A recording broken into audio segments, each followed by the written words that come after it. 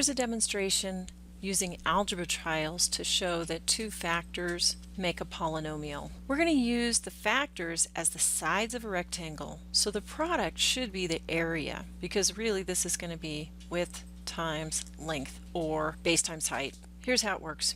You pick a length for x, and it doesn't have to be any particular length, but I do like it to be different than the numbers in the problem so that x doesn't look like it's equal to 1 or 3 or anything in particular. So I'm going to say that's how long x is as a length. If I want to write x plus 1, then I add to that another chunk that I'm going to say is 1 unit. I'm going to pick that to be 1 unit. So the total length is x plus 1. Now I'm going to form a 90-degree angle with that and symbolize 2x plus 3, but I'm going to be real consistent with my length. So if x is that long, I'm going to stay with that length as best I can. Doesn't have to be perfect, but you should do your best to make that x be the same length as previous x. 2x means I have to put 2 of those end to end. So do your best to make it about the same length. But it's not just 2x, it's 2x plus 3. So that's equal to x plus 1 plus 1 plus 1. So I'm going to put 3 more chunks that are all about 1 unit each, compared to that other 1 unit in the other direction. So there's a 1 and a 1 and a 1. So altogether this is now 2x plus 3.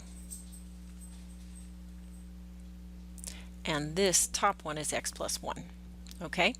Now that you've used those for the 2 dimensions of the rectangle, you're going to fill in the rectangle. So there's the perimeter of the rectangle. Now everywhere there's a dividing mark between x's and 1's, I'm going to put grid lines. And it really does not have to be super straight. This is good enough. It's nice if you use a ruler, but I don't want you to take so much time that you're doing this forever, because you'll get the point across. That is plenty neat right there.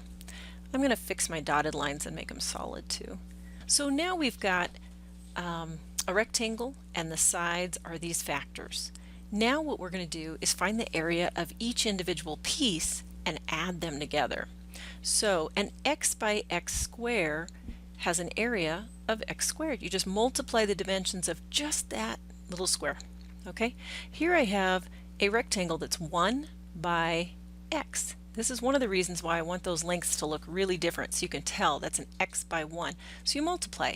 X times 1 is x. So the area of that piece is x, and that's why I'm putting the product inside to show that that's what the area is. This one is also x squared because it's an x by x square, and this is also x because it's x by 1. And then all these rectangles are the same. They're 1 by x. So 1 times x is x. So all of these have an area of just x. And then the little tiny squares have dimensions 1 by 1. And 1 times 1 is 1. So they each have an area of 1. And now to get the total product, you find the sum of all those pieces. So just add like terms. I have 2x squared. So I write 2x squared plus how many x's? Looks like there's 5 x's. So I say 5x. And then there's 3 units, so that's plus 3. And that product came from the factors x plus 1 times 2x plus 3. All right, and then that's what I mean by show this with algebra tiles.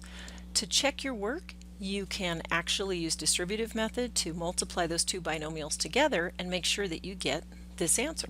So if I multiply everything by x, I get 2x squared plus 3x.